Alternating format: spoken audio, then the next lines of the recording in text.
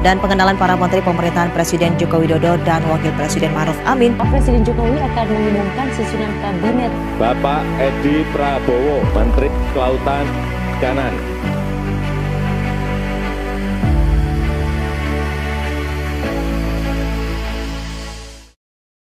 Perlu lompatan-lompatan besar dalam menata ekosistem industri perikanan dan kelautan kita, mulai dari hulu sampai ke hilir.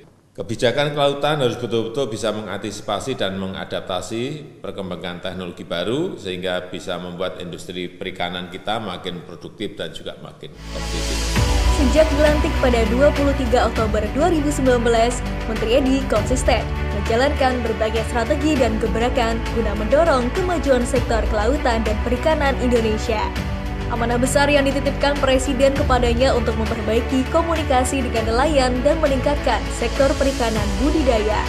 1 tahun menjadi waktu yang singkat, menyusuri hampir seluruh wilayah Indonesia. Menteri Edi mencatat setiap keluhan dan masukan nelayan.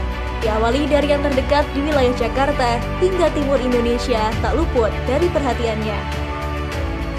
Sebetulnya permintaan Pak Jokowi kepada Pak Edi terkait keran komunikasi sudah dilaksanakan dengan baik, Mbak. Itu juga kami rasakan di level di provinsi. Kami komunikasi dengan teman-teman juga berjalan dengan lancar, dan ketika mereka ada kendala disampaikan ke pusat juga responnya juga sudah cepat. Ini sudah jauh lebih baik lah, jauh lebih baik. Jadi kalau untuk keran komunikasi saya rasa Pak Edi sudah luar biasa. Selama 1 tahun dalam nakoda kepemimpinan Edi Prabowo, kinerja Kementerian Kelautan dan Perikanan menunjukkan capaian positif. Meski di tengah pandemi COVID-19, sektor kelautan dan perikanan mampu beradaptasi dengan cepat melalui berbagai terobosan guna mendorong pemulihan ekonomi nasional dampak COVID-19. Akhir Desember 2019, KKP berhasil melakukan penyederhanaan perizinan usaha di pusat dan daerah dengan meluncurkan aplikasi SILAT atau Sistem Informasi Izin Layanan Cepat. Sebuah terobosan dan inovasi yang berhasil menuntaskan persoalan lamanya perizinan, sehingga izin di perikanan tangkap yang semula selama 14 hari dapat selesai dalam waktu 1 jam secara online. Alhamdulillah di era Pak Edi Prabowo, komunikasi kita lebih intens karena beliau sewaktu menjabat belum ada 3 bulan kami sudah diterima beliau. Kami memberi masukan-masukan, kami menyampaikan kendala maupun kesulitan yang kami hadapi waktu itu. Yang krusial itu perizinan, dan alhamdulillah beliau mendengar, dan memang setelah itu ada program SILAT ya. Jadi diluncurkan program SILAT, jadi kami mengurus perizinan secara online, jadi tidak perlu lagi ke Jakarta. Alhamdulillah di masa pandemi ini kami mengurus perizinan sudah dari rumah semua.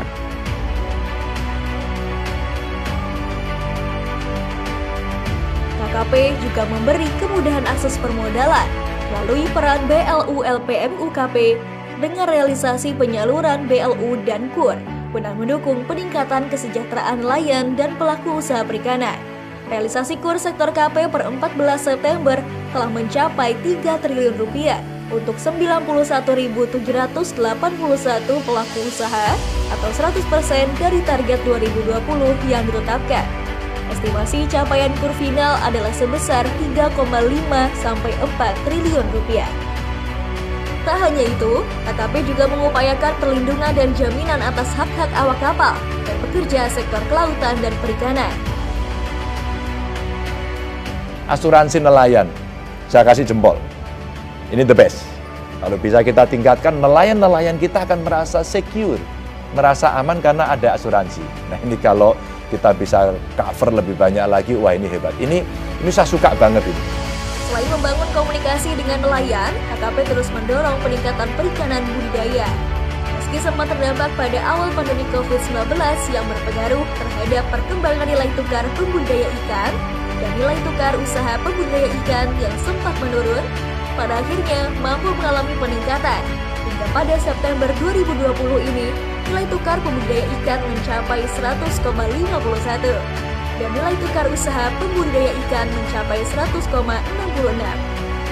Kemudian, capaian pendapatan pembudidaya ikan per Juni 2020 mencapai 3,29 juta rupiah per bulan. Selain itu, KKP juga melakukan pengembangan kawasan klaster usaha budidaya ikan yang berkelanjutan. Di antaranya berfokus pada penyusunan data kawasan tambak nasional dengan membuat peta kawasan tambak di 5 kabupaten terpilih, yaitu Aceh Timur, Lampung Selatan, Cianjur, Sukamara, dan Buol. Dalam prioritas program kerja KKP tak luput dari pengembangan usaha bidang kelautan dan perikanan. Untuk itu, KKP berupaya meningkatkan standarisasi mutu dan keamanan produk perikanan, serta menghadirkan terobosan agar produk-produk dalam negeri bisa menjangkau berbagai negara. Salah satunya dengan layanan ekspor langsung dari Manado ke Jepang. Selain lebih efisien dalam waktu, juga terjadi efisiensi pengurangan biaya sampai 50% dari jalur sebelumnya.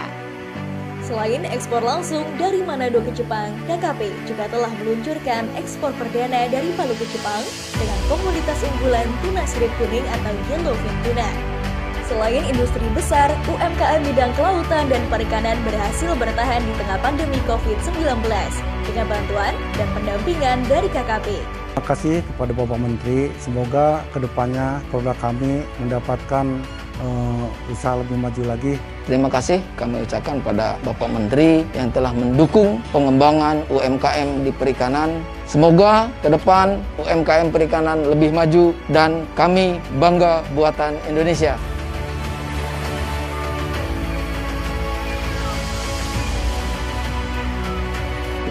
KKP juga melakukan berbagai upaya untuk menjaga kelestarian dan potensi sumber daya kelautan dan perikanan Indonesia, membentuk kawasan konservasi untuk mengelola sumber daya ikan dan lingkungan secara berkelanjutan.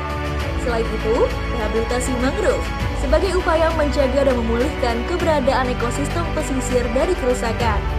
Pada 2020, KKP menargetkan penanaman mangrove pada lahan seluas 200 hektar yang tersebar di 12 lokasi di Indonesia. Kemudian, restorasi terumbu karang dengan peran aktif masyarakat di masa pandemi COVID-19 sebagai salah satu upaya pemulihan ekonomi nasional.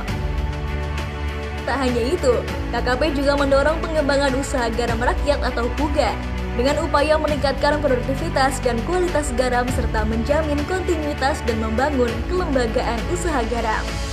Adapun penataan ruang laut dan zonasi juga menjadi salah satu capaian KKP guna mendukung kegiatan perikanan sekaligus menjaga keberlanjutannya.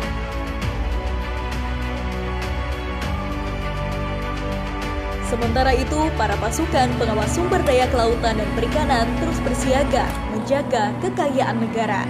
Tanpa kenal lelah dan gagah berani, mereka terus berpatroli memburu para pencuri ikan di tengah lautan. Nyawa mereka pertaruhkan demi menjaga kedaulatan.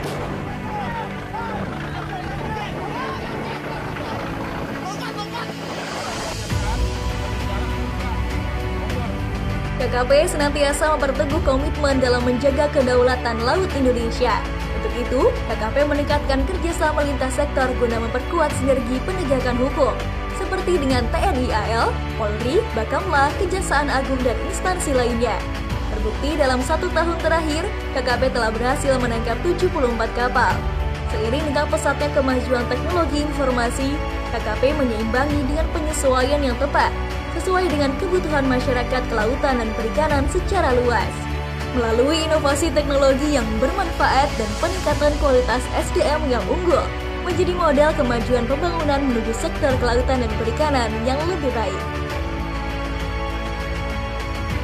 Dalam pemulihan ekonomi dampak COVID-19, KKP juga melakukan berbagai upaya dengan memberikan stimulus ekonomi, seperti ragam bantuan melalui kegiatan bulan mutu karantina ikan tahun 2020, diberikan kepada masyarakat perikanan terdampak COVID-19 meliputi nelayan, pembudidaya, pengolah ikan hingga tenaga medis.